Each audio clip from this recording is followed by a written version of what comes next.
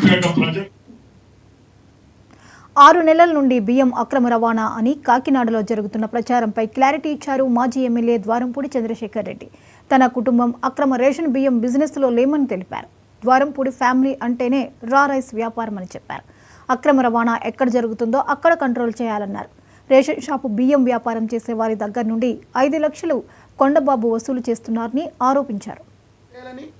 ఎక్స్పోర్టర్లు ఎవరు కూడా ఇక్కడి నుంచి వెళ్ళిపోకుండా కాకినాడ నుంచి వెళ్ళాలని, కాకినాడ నుంచి ఎక్స్పోర్ట్ అవ్వాలని, దీనివల్ల చాలామంది కార్మికులు ఇప్పుడు ఇబ్బంది పడుతున్నారు. చాలామంది ఇబ్బంది పడుతున్నారు. దీనివల్ల చాలామంది కార్మికుల జీవితాలు మీరు బాగు చేయాలని పవన్ కళ్యాణ్ వినిపించుకుంటూ కొండబాబు యొక్క అవినీతి ఈరోజు జిల్లా మంత్రి కాబట్టి మీకు చెప్పాల్సి వస్తుంది.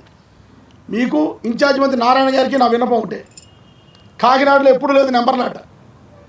ఈరోజు నెంబర్లాట 2 చోట్ల జరుగుతుంది. మొన్న ఎవరో టీవీ కూడా ఇంటర్వ్యూ ఇచ్చుంటారు అక్కడ ఆడవాళ్ళందరూ కూడా. ఏదో 4 ఫోటోలతో సహా చూపిస్తారు. నెంబర్లాట ఎవరికండి? మీకైనా మీ సాగర మీకు ఇంటర్వ్యూ ఇచ్చుంటారు ఆడవాళ్ళందరూ కూడా. దారుణం.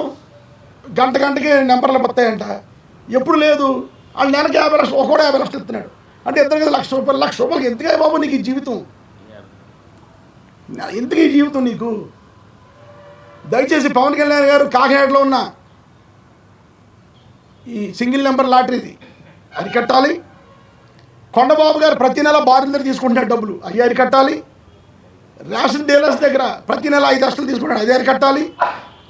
అదేవిధంగా పోర్ట్లో ఉన్న పెట్రోల్ బంకుల దగ్గర యానం నుంచి వాళ్ళు తెచ్చుకుని అమ్ముకోవడానికి పర్మిషన్ ఇస్తూ నెల డబ్బులు తీసుకున్నాడు, అది అరికట్టాలి. ఇవన్నీ కూడా దయచేసి అవినీతి లేని పరిపాలన అందించాలి, ప్రజలకు ఇబ్బంది లేకుండా చేయాలని ఇన్ఛార్జ్ మంత్రి నారాయణ గారికి, మన జిల్లా మంత్రి గారు పవన్ కళ్యాణ్ గారికి విన్నవించుకుంటున్నాను.